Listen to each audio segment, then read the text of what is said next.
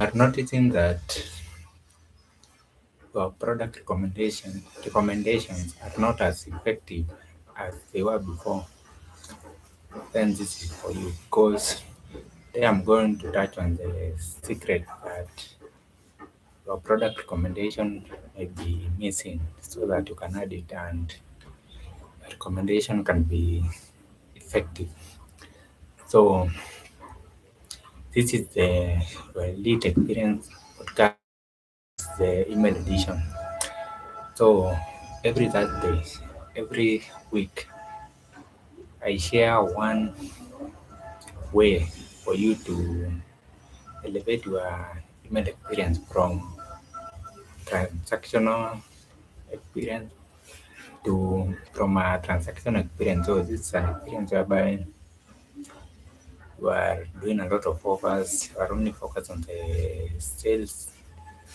Now when you do this now it end up hurting your email engagement, and now with time your revenue goes down with the reduction in email experience. So I share ways in which you can elevate that experience from that transactional email experience to an elite email experience. So this is whereby your subscribers are more engage more with your emails, and now because of that now your revenue increases significantly. So that is what this podcast is about. It's about elevating the email experience from transactional emails to elite experience emails. So I am your host Samuel Kim, the founder and CEO of NK Elite. So NK Elite is an agency which focuses on fundraising and marketing, grant writing and email marketing. So that's what it's about. And now you may ask, what is this secret that will make my email experience elite? My email product recommendation elite. Now is the email product recommendation process. So this is about not just creating your product recommendation from your side of the brand, but involving your customers in creating an elite product recommendation.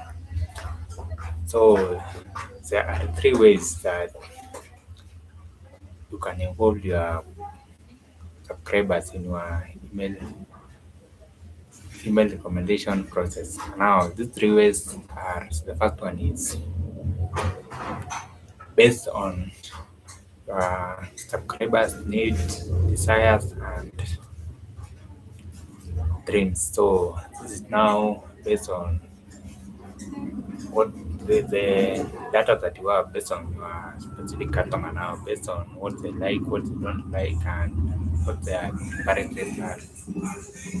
So recently we desires and dream desires and preferences to give them better product recommendations. And now the way we did this is that we had this we noticed that they were using the same product recommendation for all their customers, and now get them in showing them that the way you the products you recommend to a, a person who wants a glowing skin will be very different from the products you recommend from a subscriber who is only focused on removing blemishes from the skin. So the product you recommend will be very different because now what they are looking for from your product is very different. The second way that to provide better product recommendation for your subscriber is that using your subscribers' recent purchase behavior. So this is whereby you look at what they have purchased recently. Now, when you look at that now, it shows you the problems you are looking to solve for at the current moment. So this one is more about looking at the current purchases and now recommending products that complement the product that you purchase, or recommending products that solve the needs that is closely related to the problem that they are currently looking to solve with the product they are purchasing. So this one is about looking at how either you can cross-sell or you can upsell to this particular subscriber.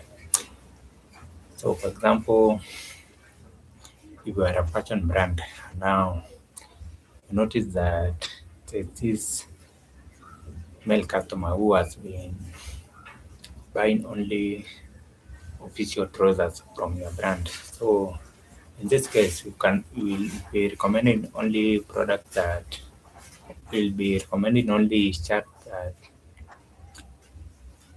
are are complementing the trousers that they are bought, or belts that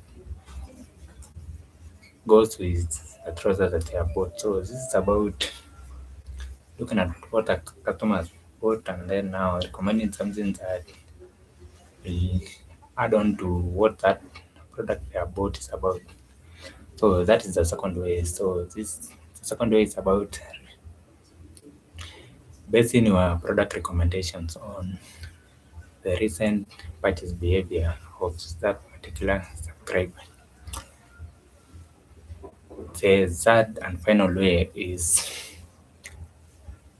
using your subscribers' engagement. So this engagement can be in your emails, in your SMS, on your socials, on your website or landing page, and also in your physical store if you have one. So the example I'll give now will be about how the physical store connect with how you recommend products. So if a customer comes into a physical store and now notice that she has spent a lot of time in your dresses section. So what you do is that you use that information to make sure that the products that you will be recommending, so in your emails, when through the salesperson in that store, that you get your salesperson to know that the product must be complementary to the dresses. So this can be in terms of jacket we go with that particular dress. It can be in terms of a belt that goes with that particular dress, or it can be even heels. If you are selling heels that complement that particular dress that the customers bought from you, or they were interested in looking at, involving your customers in your product recommendation process. So the first way is basing your product recommendation on your customers' needs, dreams, and desires, and also preferences. The second one is basing your product recommendations on your customers' recent purchase behavior. And the final one, the third and final one, is by basing your product recommendations on recent engagement with your channels, with your brand on various channels that interact with your brand. So those are the three ways. So let me know which way will be used in your next product recommendation in the